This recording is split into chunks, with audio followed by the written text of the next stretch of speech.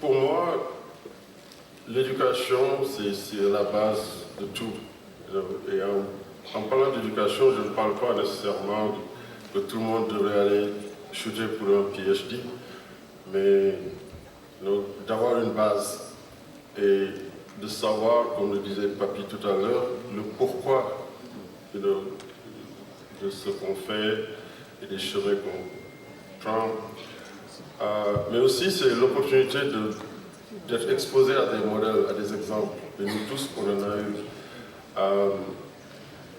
Je le dis parce que dans mon cheminement, ça a été un chemin de découverte.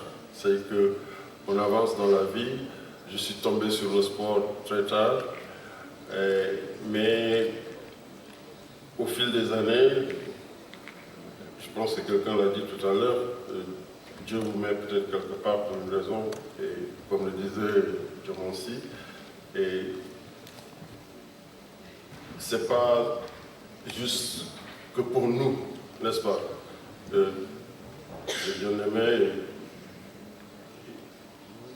j'entends dire que la réussite ne signifie rien si ça s'arrête, juste à ce que vous avez fait ou peut-être pour votre petit entourage.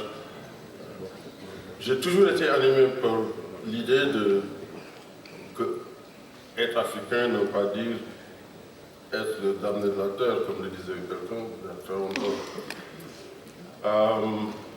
Et on s'est efforcé à vivre à partir de ces principes.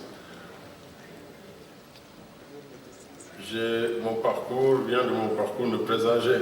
Par exemple, que j'allais être là où j'étais, mais aussi je ne m'étais pas fait de limite. C'est cet esprit, cet engagement et cet esprit conquérant, l'idée du gagneur que le sport instille en nous. C'est ce que j'ai toujours essayé de répliquer sur un plus grand nombre de jeunes Africains possible.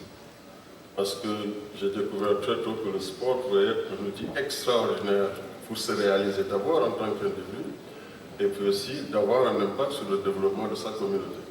Et sur tout ce que nous avons fait, ça a été la base de tout. Quand on a créé CID en 1998, c'était inspiré de mon histoire.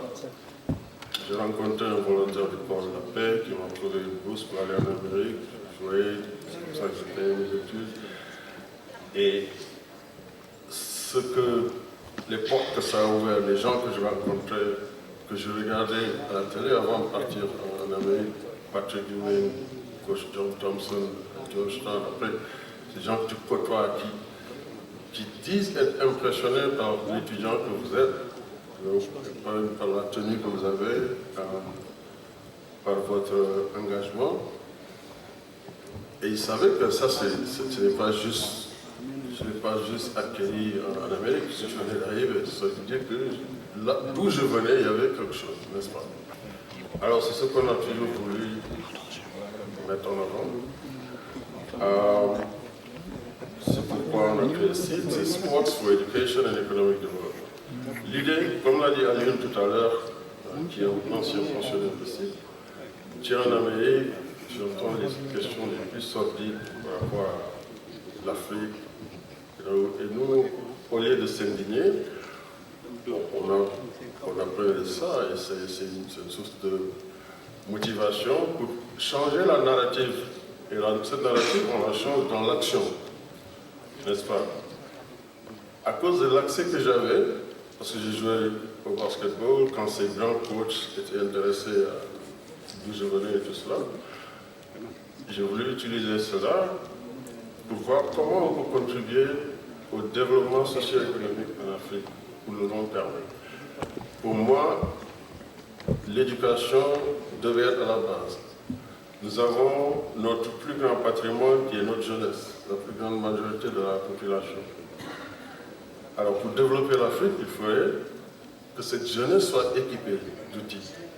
Il faut que cette jeunesse soit inspirée, que cette jeunesse reste ambitieuse. Et le sport, justement, offrait toutes ces opportunités-là. créer une équipe nationale qui va gagner, se faire respecter sur la scène mondiale, et puis aussi tout ce que ça peut créer comme engouement au niveau national et les carrières que ça peut inspirer. On l'a vu avec le foot bien avant cette année, en 2002. On l'a vu avec le basket en 1997 parce que nous étions là et c'était l'une des motivations. Mais après, on s'est dit qu'il y avait encore beaucoup plus à faire.